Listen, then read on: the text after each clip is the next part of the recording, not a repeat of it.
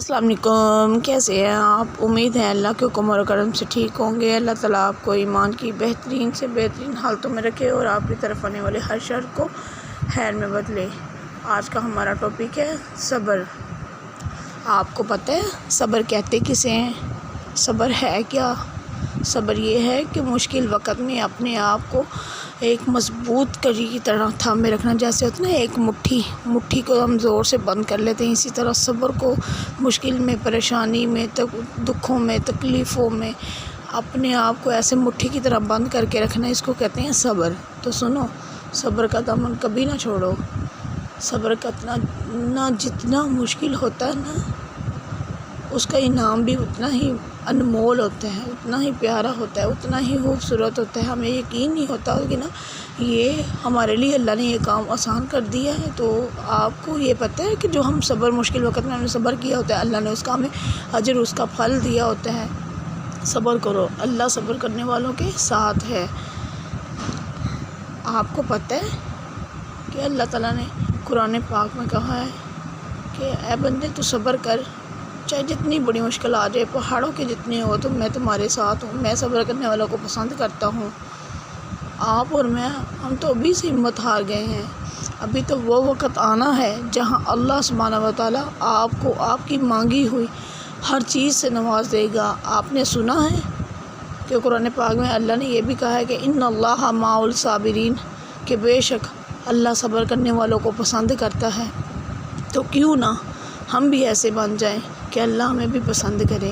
آپ کو پتہ ہے کہ جس کو اللہ پسند کرتے ہیں نا، اس کو کبھی بھی دنیا میں کسی چیز کی، دنیا میں آخرت میں کبھی کسی چیز کی کوئی کمی نہیں ہوتی۔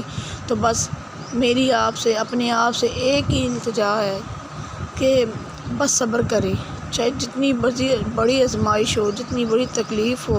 بے شک اللہ تکلیفوں کو، دکھوں کو، دردوں کو، پریشانیوں کو ختم کرنے والا ہے۔ تو ہم صبر کریں، انشاءاللہ ہماری ساری مشکلات اللہ تعالیٰ اپنے فضل و کرم سے آسان کر دیں گے، ساری مشکلات سے ہمیں دور کر دیں گے۔ صبر کا دامن کبھی بھی ہاتھ سے نہ جانے دیں۔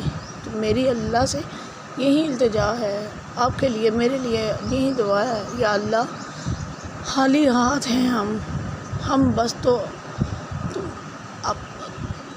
اللہ ہم گناہگار بندے ہیں، تو ہمیں ان خالی ہاتھوں میں بس تو اپنی رحمت کی چادر میں ہمیں ڈھانپ لے، خالی ہاتھوں کی لاج رکھ لے۔ اے اللہ سب کو معاف کر دے، اے اللہ سب کو بخش دے، ہر انسان کی مشکلات کو آسان فرما دے، ہر انسان کو ظلم سے نکال دے۔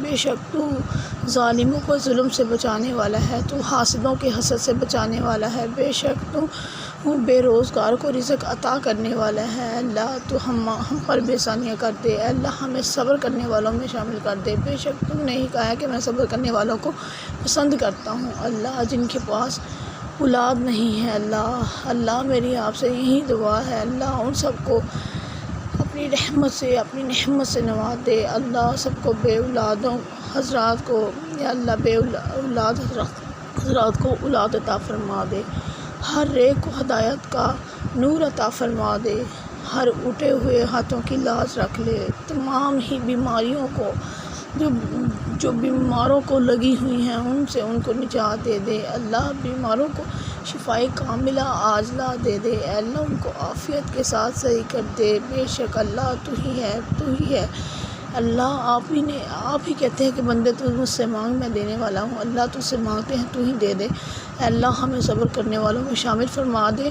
اے ہمارے رب، ہماری تمام دعاؤں کو قبولیت کا درجہ عطا فرما دے، ہماری تمام دعاؤں کو قبول فرما لے۔ اے اللہ ہمارا خاتمہ ایمان پر کر، آمین ثم آمین یا رب العالمین۔ اللہ حافظ۔